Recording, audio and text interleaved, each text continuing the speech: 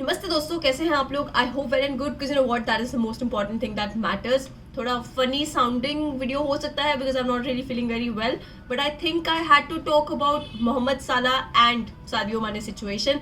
एक तो ना सबसे हॉरिबल फिक्सचर जो आजकल मुझे लगने लग गया है वो है सेनेगल वर्सेस इजिप्ट. क्योंकि क्या है ना किसी की विक्ट्री ढंग से एंजॉय कर पाते हैं, ना किसी का लॉस बेयर हो पाता है. तो you know I am referring to Sadio Mane and Mohamed Salah because it gets very frustrating to see that match because you want to cheer and root for both of them, but you know at the end सिर्फ एक ही team जीत सकता है, which is why it gets very very frustrating. क्योंकि Afcon में भी यही हुआ था, ना मोहम्मद साला का लॉस बर्दाश्त कर पा रहे थे, ना मानिक की विक्ट्री एंजॉय कर पा रहे थे, क्योंकि यही सब हो जाता है एंड में. और उसके बाद कल के मैच में यही हुआ.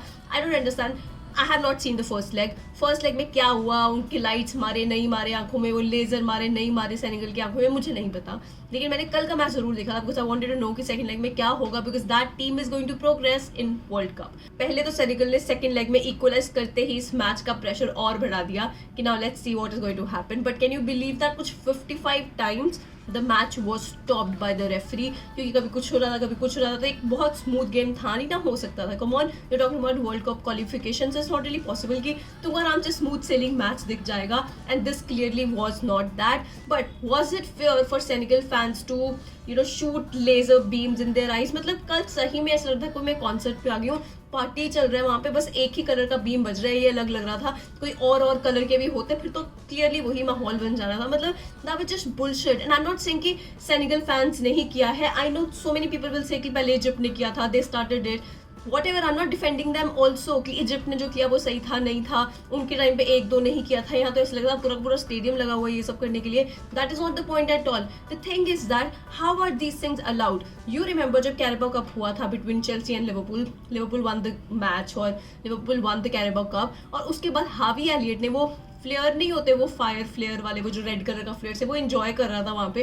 किसी फैन फूड ने स्टेडियम से फेंक दिया होगा उसकी तरफ एंड उसने उसको मतलब चला के एंजॉय कर रहा था, जो भी कर रहा था, सेलिब्रेट कर रहा था यार. 17-18 ईयर्स का जितना भी है वो, तो he was just having fun with that. F ने उसी टाइम पे क्लॉप को बोल दिया कि भाई तुम समझाओ अपने बंदों को ये क्या कर रहे हैं, है ना. वो दिख जाता है तुमको, इतनी सी चीजें दिख जाती है कि what players are doing, what about what fans are doing. मतलब is this justified? And fans तो करेंगे ही यार, फैंस तो ये सब चीजें करेंगे ही, बट एट द एंड ये किसका ड्यूटी है to check all these things, to keep all these things in place? Because you're talking about World Cup qualification, I think it's such a big thing and you can't ignore the fact that Egypt is not going to go in it, or maybe Senegal नहीं चाहता अगर Egypt जीत जाता, तो ये बहुत बड़ी बात थी. and I know home advantage, home advantage बहुत बड़ी चीज होती है, but can we normalize these things now कि हाँ यार ठीक है ऐसा लेजर मार दिया आंख में. यू रिमेंबर यूरो देख रहे थे, डेनमार्क वर्सेस इंग्लैंड का मैच था एंड कैस्पर श्माइकल की आंखों में भी ये सब कर रहे थे उस टाइम पे, एंड फाइन लगा था इंग्लैंड को कितना, कुछ 30,000 यूरो फाइन लगा था, विच इज नथिंग, कुछ भी नहीं था. ऐसे रेपोकेशन की वजह से क्या ही होने वाला है. You need to take stronger stand on this. तो if you want to make these things normal, कि यार कोई दिक्कत नहीं है, तुम करो जो भी, फिर तो होम एडवांटेज में कुछ भी हो सकता है. फिर तो होम एडवांटेज में सिर्फ वो चांटिंग, वो चीयरिंग फॉर द प्लेयर्स, वही क्यों रखा है? देन तो लेट इट बी ना, late everyone go all out with it. Because if there are no regulations, no rules, then let's just enjoy the party. That's how it should be.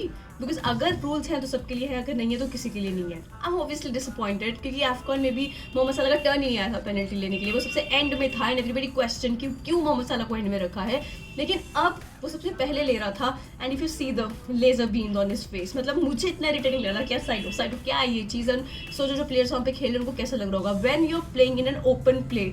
जब ऐसा match चल रहा है फिर ठीक है यार तुम भाग रहे हो, कोई दिक्कत नहीं होती, but when you are taking a penalty it's obviously distracting, it's so distracting. And you remember जब भी किसी का होम एडवांटेज होता था और जब पेनल्टी ले रहे होते हैं तो होम क्राउड ऐसा बू डिस्ट्रैक्ट करने की कोशिश करता है, वही इतना अनॉय हो जाता है. Now imagine things happening all over you. I think that's too much and it's not the problem of players or I think fans. I think जो भी इस चीज़ को ऑर्गेनाइज करता है, फीफा लगा लो, जो मर्जी लगा लो, there have to be stricter rules than this यार. तुम सिर्फ ये नहीं बोल सकते होम एडवांटेज करके कि हाँ ये है ठीक है, now you're allowed to do whatever you want to do.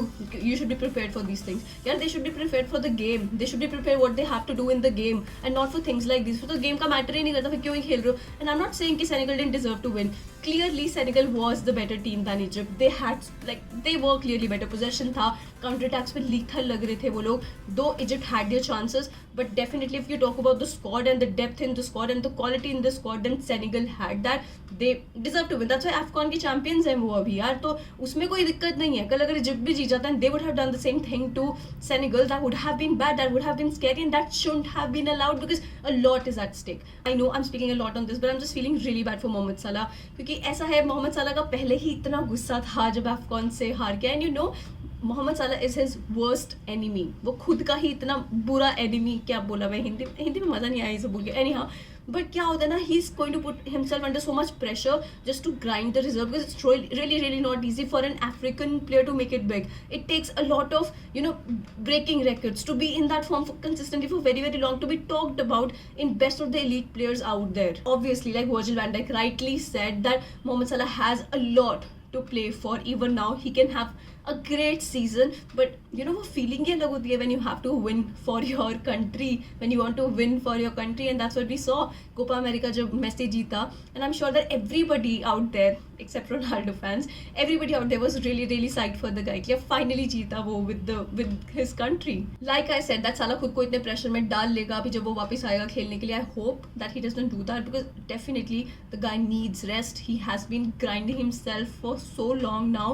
I think that he should take a match or two off. Seriously, I'm saying that he should do that, because I want to see that Salah जो एकदम zen mode में होता है, किसी को कोई फर्क नहीं पड़ता whatever is happening उसके surrounding में, he's going to perform. He's going to perform because we have such important matches.